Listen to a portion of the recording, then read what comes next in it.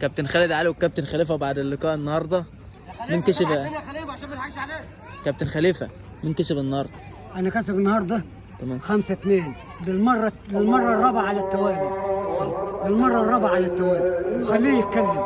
كابتن خالد ردك هيبقى امتى ان شاء الله؟ مفيش كلام النهارده. انا عايز بس اقول كلمه، ازاي الشعار ده اهو يكسب ده اهو؟ نفسي افهم بقى. بس انا عايز عم خالد سوى هنسمع كلام عم خالد. جايب لنا لاول مره في حياته يكسب الشعار ده. بس هم كده الزملكاويه اما بيكسبوا مباراه كانهم مسكوا خدوا كاس العالم. بس الشعار ده ما بيخسرش 5 مرات. هو كسب النهارده ماشي عادي مش مشكله، بس هم دي عاده الزملكاويه يكسبوا مباراه كانهم خدوا كاس العالم. وانا كسب 20 مره ورا بعض. طب انا اقول لك طبعا حاجه. كابتن خليفه يعني انت مش مغلوب اهو. كابتن خليفه مغلوب اهو. دي يعني المفروض عن بيلعب باسم الاهلي هنا يتغلب اهو. انا بقى بقول محمد ابراهيم هيجيب جون النهارده لنادي سيراميكا ويخسروا. هيجيب جون كابتن النهارده. خليفه الجمهور طلب نزولك، لا وانت كنت خسران النهارده وقدرت انك تحقق المكسب، تقول لهم ايه؟ لان انا ما بنزلش الا ان كانت الفرقه خسرانه. نزولي لان انا معاهم في الملعب اقوى من معاهم بره.